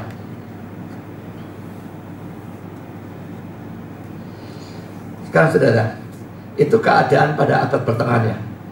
Abad yang ke-13 awal sampai sekitar abad 19, abad 20. Lama saudara. Alkitab tidak ada. Bayangkan kalau itu terus berlangsung sampai zaman kita tanpa ada reformasi. Nah, sekarang sudah poin ketiga, Romawi. Tersebarnya Alkitab menjelang pada saat dan sesudah reformasi. Saudara, saya hanya memberikan secara singkat. Dan ini hal-hal yang penting saja, terutama penerjemahan Alkitab dan penyebarannya. Saya ambil dari buku Eerdmans Family Encyclopedia of the Bible, halaman 70 dan 73. Ini cuma buku fisik, saya tidak punya e-booknya. Poin pertama saudara, pendahulu reformasi. Jadi ini sebelum reformasi Luther, sebelum 1517. Pertama, poin A, John Wycliffe menerjemahkan Latin Vulgate ke dalam bahasa Inggris pada tahun 1384. Tapi sumbernya Latin Vulgate, ya. Dan pada tahun 1395 merevisi terjemahan ini dalam bahasa Inggris yang lebih baik dan lebih jelas. Sebetulnya penerjemahannya dilakukan bukan hanya oleh Wycliffe seorang diri, tapi ada beberapa orang lain. Dan terjemahannya tidak direstui, tapi sebaliknya ditekan baik oleh kerajaan Inggris, dia orang Inggris ya, kerajaan Inggris maupun oleh gereja Katolik di Inggris. Linknya saya sertakan di sini. Semua tuduhan saya ada sumbernya. Silakan diperiksa sendiri. Poin B, para pengikut John Huss, kalau namanya ditulis kadang-kadang Jan Hus ya, tapi itu bahasa Ceko, dia orang Ceko, saya tidak tahu bacanya bagaimana, tapi dalam bahasa itu dibaca John Huss dan dituliskan seperti ini. Orang Cekoslovakia menerjemahkan Alkitab ke dalam bahasa Cekoslovakia, para pengikutnya. John Huss-nya memberikan ajaran menentang gereja Katolik. Dia dipanggil dengan jaminan keselamatan. Tapi begitu sampai, dia ditangkap dan akhirnya mati syahid dengan dibakar hidup-hidup. Para pengikutnya tidak padam semangatnya, dan mereka menerjemahkan Alkitab ke dalam bahasa Cekoslovakia pada tahun 1475. Ini tetap sebelum zamannya Luther. Luther belum lahir, saudara ya. Poin C, Erasmus. Ini sesuatu yang aneh. Erasmus ini orang setengah-setengah ya. Setengah pro Protestan, setengah pro Katolik, tapi akhirnya tetap memilih Katolik dan mati sebagai Katolik.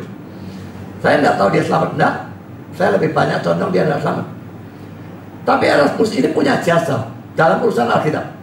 Dia menerbitkan perjanjian baru dalam bahasa Yunani.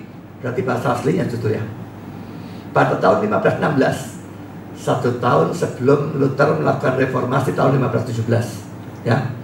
Ini kata-kata yang akan saya berikan, dan saya berikan linknya juga. Edisi cetakan pertama dari perjanjian baru bahasa Yunani muncul pada tahun 1516 dari percetakan Froben oleh Desiderius Erasmus yang menyusun ulang teks bahasa Yunani-nya dari beberapa manuskrip-manuskrip yang baru dari tipe-tipe Bizantin. Saya tidak ngerti manuskrip yang mana, saya tidak tahu, saya tidak ngurus itu. Tapi pokoknya dia menyusun PB bahasa Yunani. Ia kadang-kadang menambahkan suatu terjemahan bahasa Yunani dari Latin Vulgate untuk bagian-bagian yang tidak ada dalam manuskrip-manuskrip Yunani.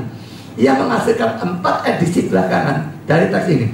Erasmus adalah seorang Katolik, tetapi pemilihannya untuk manuskrip-manuskrip Yunani Bizantin dan bukannya Latin Vulgate menyebabkan beberapa otoritas gereja memandangnya dengan kecurigaan. Lucu. Dia pakai bahasa asli, pokok non Latin titik. Maka mereka memandang dia dengan kecurigaan, padahal dia Katolik.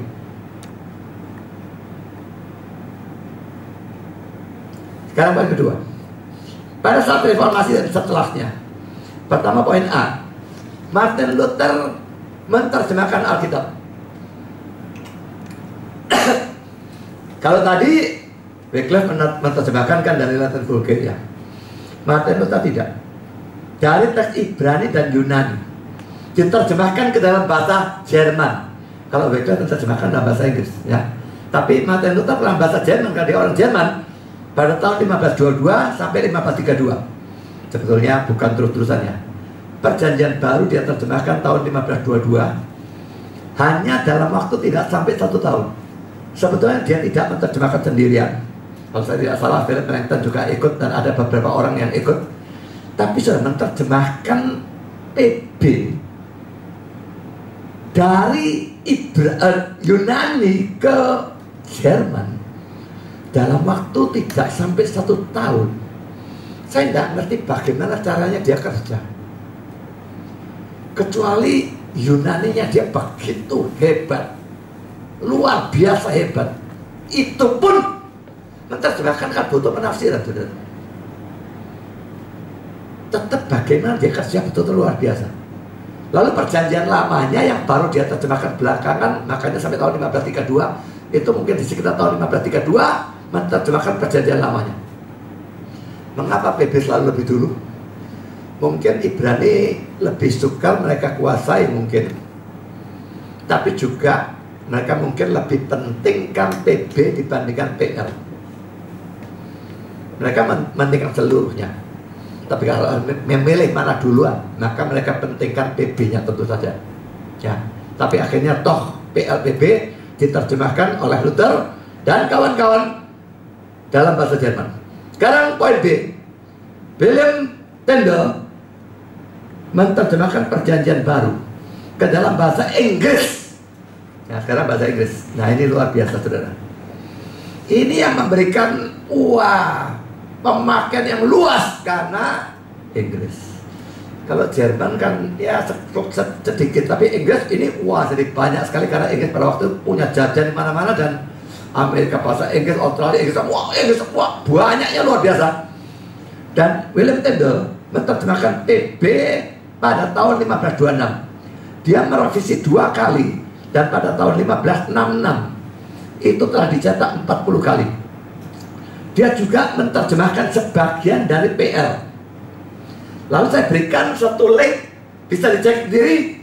Saya mengambil 3 cuplikan di bawah ini dari link ini ya.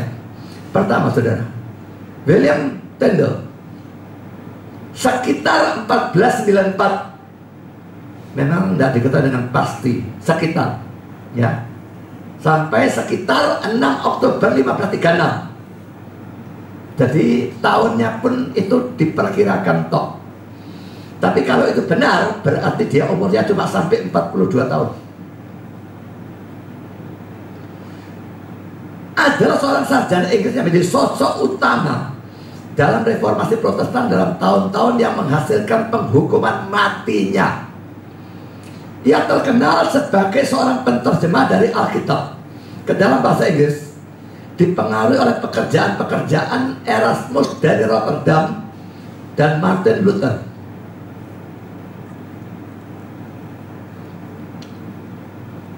Jadi pekerjaannya Erasmus itu, yang Katolik itu, punya peranan besar. Dipakai juga oleh Tyndale ini ya. Karena poin yang kedua, terjemahan Tyndale adalah Alkitab bahasa Inggris pertama yang mengambil langsung dari teks-teks bahasa Ibrani dan Yunani. Ikhlas tadi ngambil dari Latin Vulgate. Dia pertama bahasa Inggris yang dari Ibrani dan Yunani. Terjemahan bahasa Inggris pertama yang memanfaatkan percetaan. Yang pertama dari Alkitab bahasa Inggris yang baru dari Reformasi. Dan terjemahan bahasa Inggris pertama yang menggunakan Yehovah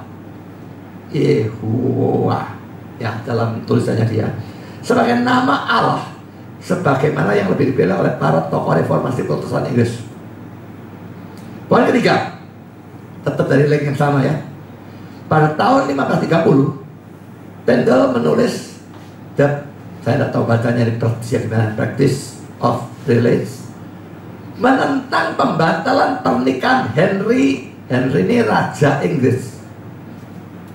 Henry sendiri dengan dasar jadi ada batalkan, ini raja mentang-mentang dibatalkan pernikahannya sendiri dan ditentang oleh Tyndale dengan dasar bahwa itu bertentangan dengan kitab suci. Lari dari Inggris ya, nentang raja, dia dikejar. Ini sama seperti Yohanes Pembaptis, cuma yang membunuh dia nanti Katolik, bukan raja Inggris. Lari dari Inggris, Tyndale mencari perlindungan di daerah Flemish dari Kaisar Katolik Charles V. Pada tahun 1535 Tyndale ditangkap dan dipenjarakan di benteng Belfort di luar Brussels selama lebih dari 1 tahun. Pada tahun 1536 ia dibuktikan bersalah tentang bidat atau penyesatan dan dihukum mati dengan dicekik. Setelah mana mayatnya dibakar di tiang hukuman.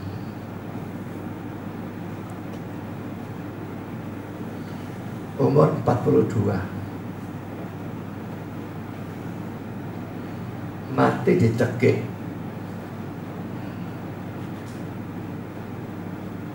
Mati dengan cara yang tidak menyenangkan. Kalau gantung itu amblas saudara, cekik pasti sangat menyakitkan dan butuh mungkin beberapa menit untuk mematikan dia. Dan itu pada usia 42, sarjana Alkitab yang luar biasa. Kenapa Tuhan beri umur hanya 42 tahun? Tapi saudara, Tuhan tahu caranya memberkati dia. Pekerjaannya satu menjadi berkat yang luar biasa, saya lihat. Jadi saudara, Tuhan itu tidak peduli ya masa yang pendek, tapi dia bisa berkati dia luar biasa. Masa panjang, Loren Bentner umurnya tua, kalahlah berkatnya kalau dibandingkan film-film. Jadi kalau Calvin mati umur 54-55 juga diberkati secara luar biasa. Nggak usah terlalu memusingkan kalau ada orang yang hebat dipakai Tuhan mati muda. Kenapa? Why? Kalau saja dia umurnya panjang, lebih banyak. Tidak tergantung dia, tergantung Tuhan berkati bagaimana, itu poinnya. Kalau Tuhan mau dia mati sekian, itu rencana Tuhan. Dan kalau itu rencana Tuhan, itu pasti bagus, nggak mungkin buruk. Dan dia mati dicekik, tidak menyenangkan ya. Kemarin dapat berita Sean Connery meninggal pada usia 90 tahun lebih 2-3 bulan. bintang film yang saya sangat senang, membintangi 7 seri James Bond, mati usia panjang 90 lebih, dan matinya dikatakan enak, died peacefully, mati dengan damai, tidur malam tahu tidak bangun. Enak ya mati begitu ya. Saudara milih yang mana? Sudah mati cekik seperti Tendo, atau mati seperti Sean Connery? Kalau saya sebetulnya yang perlu kita pikirkan, sesudah mati pergi kemana? Mati dengan cara apa? Persetan lah. Jauh lebih penting, setelah mati pergi kemana? Jangan senang kalau keluarga saudara atau teman saudara atau saudara sendiri nanti mati dengan tenang. Kalau mereka mati dengan tenang, saya masuk ke neraka. Lebih baik mati syahid tapi masuk surga. Saya cari Sean Connery di Wikipedia. Diberitahukan bapak mamanya satu Kristen, satu Katolik, saya lupa yang mana. Sean Connery sendiri tidak diberitahukan agamanya apa. Jadi saya kira dia tidak beragama. Kawin, cerai, kawin lagi. Ya, bintang film mau bagaimana lagi? Dari faktor dia tidak beragama, saya yakin dia mati dan tidak pergi ke surga. Dan kalau tidak pergi ke surga berarti ke neraka. Dia punya gelar Sir, orang Skotlandia.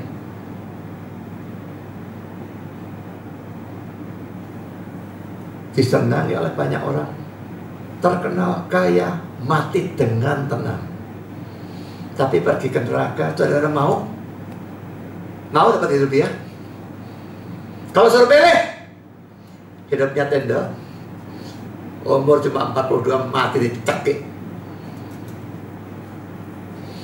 Tapi dia mati syahid, mati dengan keberanian seperti Yohanes Pembaptis pada seorang raja yang perlu lari, tangkap sama Katolik, lolos dari mulut buaya, jatuh mulut singa, dan mati cekik, usia masih 42. Saudara, apakah dia mati sia-sia pada usia 42?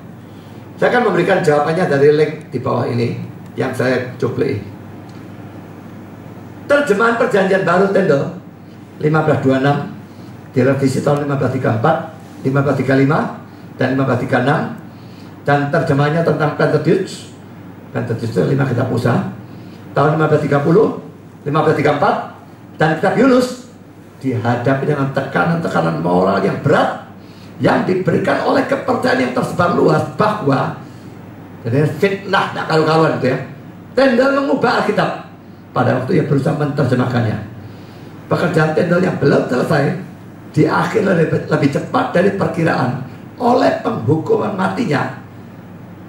Belum selesai, tapi ditambahkan, jadi diselesaikan ya, oleh orang yang namanya ini, saya tidak tahu lagi bacanya, Miles Coverdale, dan dipublikasikan di bawah nama samaran untuk menciptakan The Matthew Bible.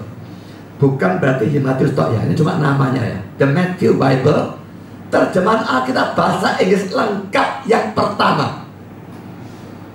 Jadi tidak selesai, PA-nya akan kurang. Diselesaikan oleh orang ini, Coverdale ini, dan disebut The Matthew Bible.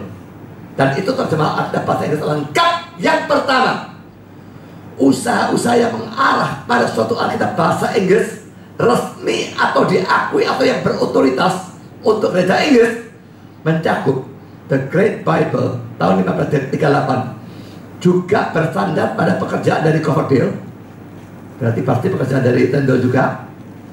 The Bishop Bible tahun 1568, dan ini yang terhebat, The Authorized Version, itu AV sama dengan KJV, The King James Version tahun 1611.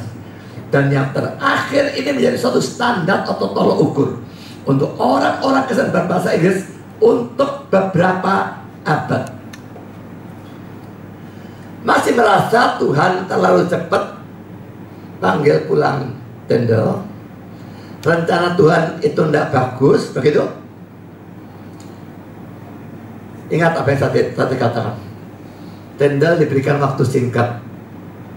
Dia bekerja luar biasa. Dia mati syahid, Tuhan biarkan.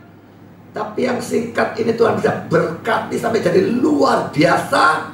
Dan akhirnya muncul King James Version, tersebar ke seluruh dunia. Tidak tahu berapa miliar orang yang baca.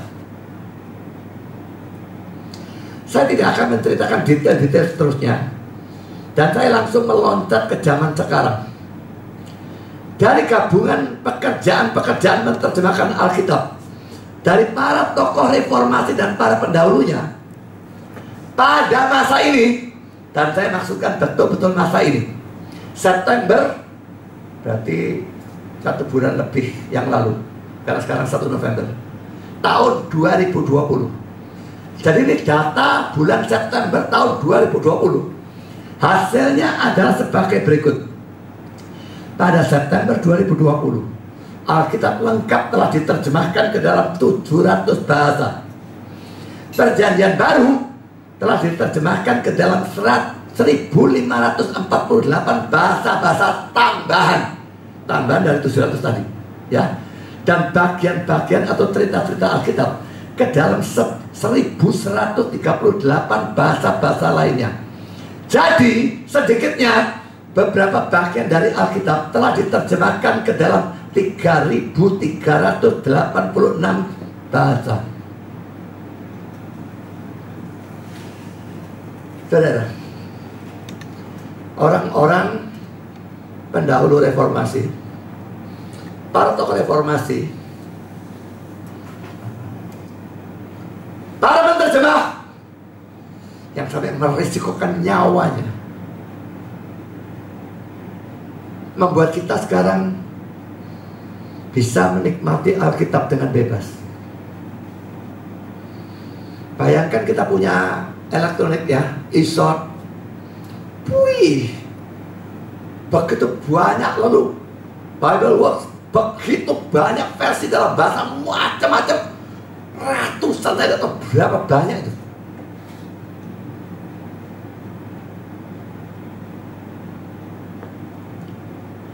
Saya tidak menyadari setelah saya menceritakan semua itu bahwa kita sekarang hidup dalam keadaan yang sangat diberkati dengan Alkitab yang sudah diterjemahkan ke banyak bahasa, termasuk bahasa Indonesia. Saudara bisa bahasa Indonesia toh, ya sudah bahasa Indonesia. Yang bisa Jawa, bisa ada Alkitab bahasa Jawa. Yang bisa bahasa Madura, Alkitab bahasa Madura. Batak, Alkitab bahasa Batak. Dialek banyak. Yang bisa Tionghoa, bisa pakai Alkitab bahasa Tionghoa, pasti dan banyak versi juga. Yang bisa Inggris, bahasa Inggris, bisa Jerman, bahasa Jerman. Apa saja bahasa yang sudah bisa. Saya bisa mendapatkan Alkitabnya. Terjemahan yang satu kurang bagus dibandingkan yang lain, tapi tetap cukup memberikan kepada saudara jalan keselamatan kalau saudara belajar dengan baik di bawah pimpinan Roh Kudus. Jadi saudara, kita mau belajar bisa dengan gampang, mendapatkan dengan gampang.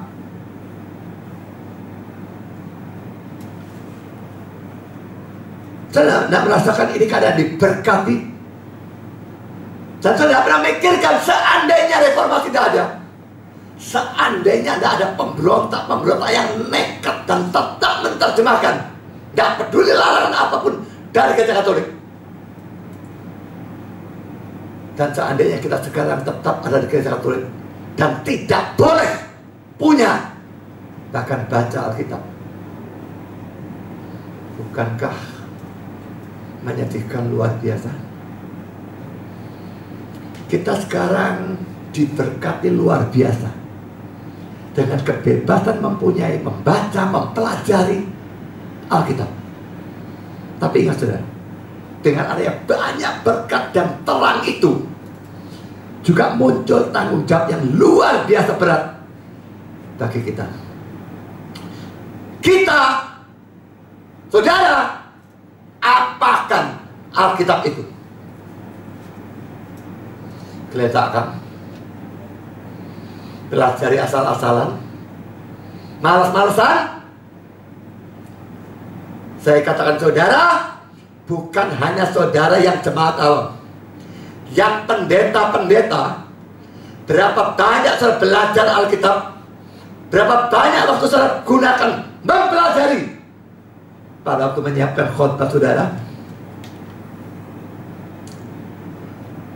Saya tahu sangat banyak, bukan orang awam saudara, tapi pendeta-pendeta, dosen-dosen sekolah teologi, pengkhotbah yang tidak banyak belajar Alkitab. Kalau pimpinan-pimpinannya seperti itu, apalagi jemaat awamnya.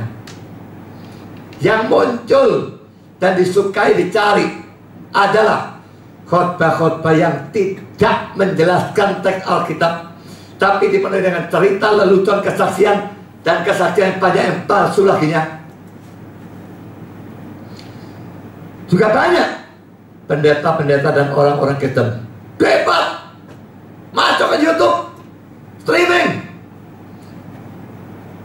tapi dalam perdebatan mereka tidak peduli pada ajaran yang jelas-jelas Alkitabian dan tidak bisa mereka bantah. Berarti Alkitabnya kasarnya nggak digubris. Debat memang dikasih argumentasi, mereka tidak bisa bantah kok, tapi tetap mengukui pandangannya. Saudara, semua orang-orang seperti ini menyia-nyiakan jeripaya orang-orang abad pertengahan, menyia-nyiakan reformasi. Saudara kepingin kembali kepada zaman Roma Katolik dulu, di mana Alkitab dilarang dalam bahasa non-Latin, yang bahasa Latin pun hanya boleh untuk orang-orang tertentu yang mereka anggap layak untuk punya. Saudara, pada akhir zaman kita harus mempertanggungjawabkan semuanya kepada Tuhan. Pikir dan renungkan saudara, bisakah saudara pada saat menghadap pengadilan akhir zaman itu memberikan pertanggungjawaban yang baik kepada Tuhan tentang apa yang saudara lakukan terhadap Alkitab dalam hidup saudara?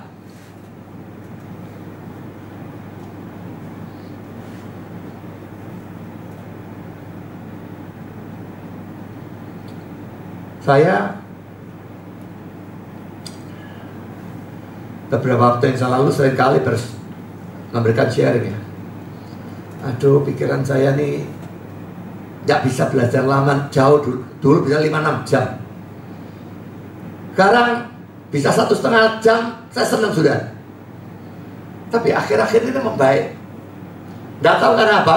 Mungkin karena salah satu suplemen yang baru saya pakai. Otaknya kuat. Cukup lama belajar sudah. Saya kira 3 jam bisa lebih lama dari biasanya. Gangguannya muncul di mata saya.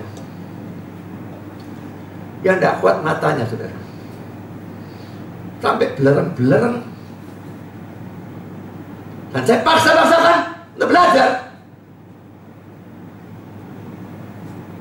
supaya bisa memberikan khotbah-khotbah, pengajaran sebaik mungkin, dan berikan dalam bentuk tulisan, dalam bentuk video. Yang senang video, tonton video, senang baca, masukkan web, masukkan Facebook, gratiskan.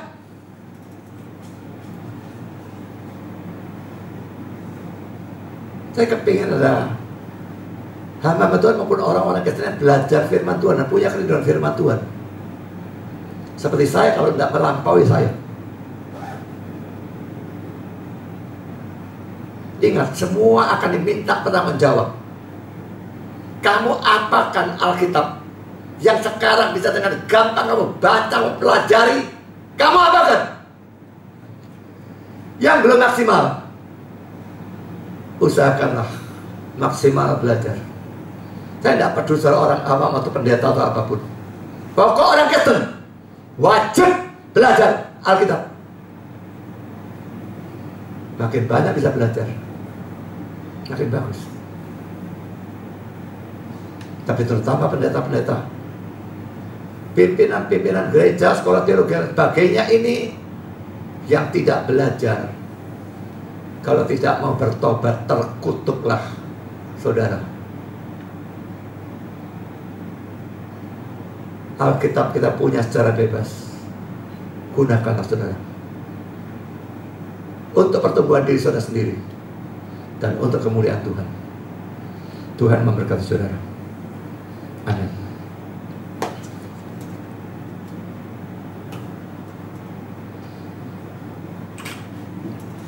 Mari kita berdoa.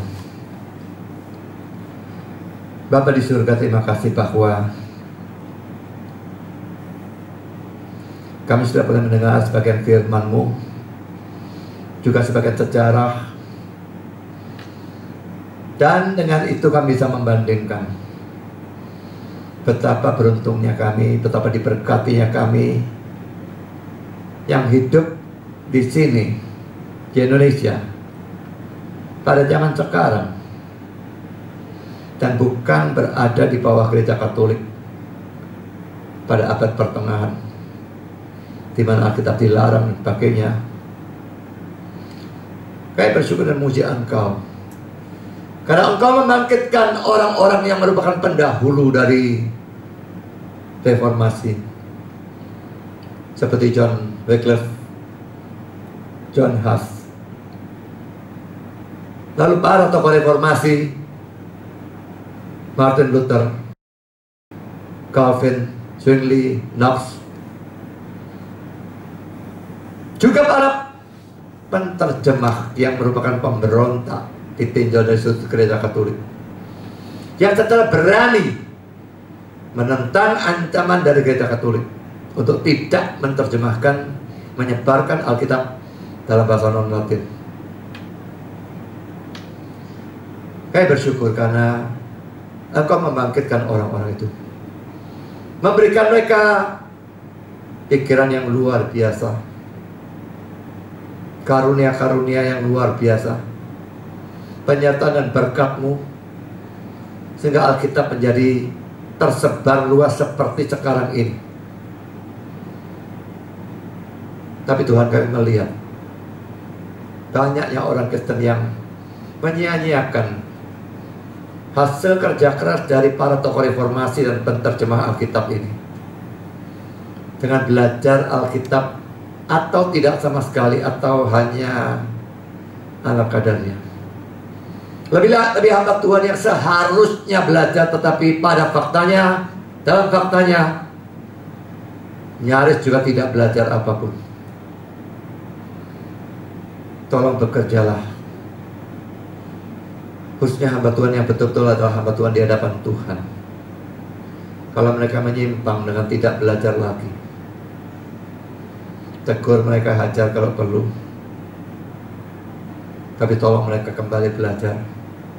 Tolong semua mau belajar dengan serius, dengan mati-matian, dengan korbankan waktu, tenaga, pikiran, korbankan apapun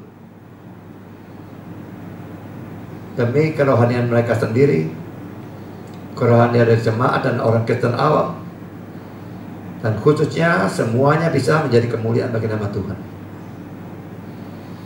Pasti semua menghadapi serangan godaan setan. Berikan kekuatan supaya bisa bertahan sampai kami semua bertemu muka dengan muka dengan Engkau sebagai pengarang sesungguhnya dari Alkitab. Terima kasih Bapa, dalam nama Yesus kami berdoa. Amin.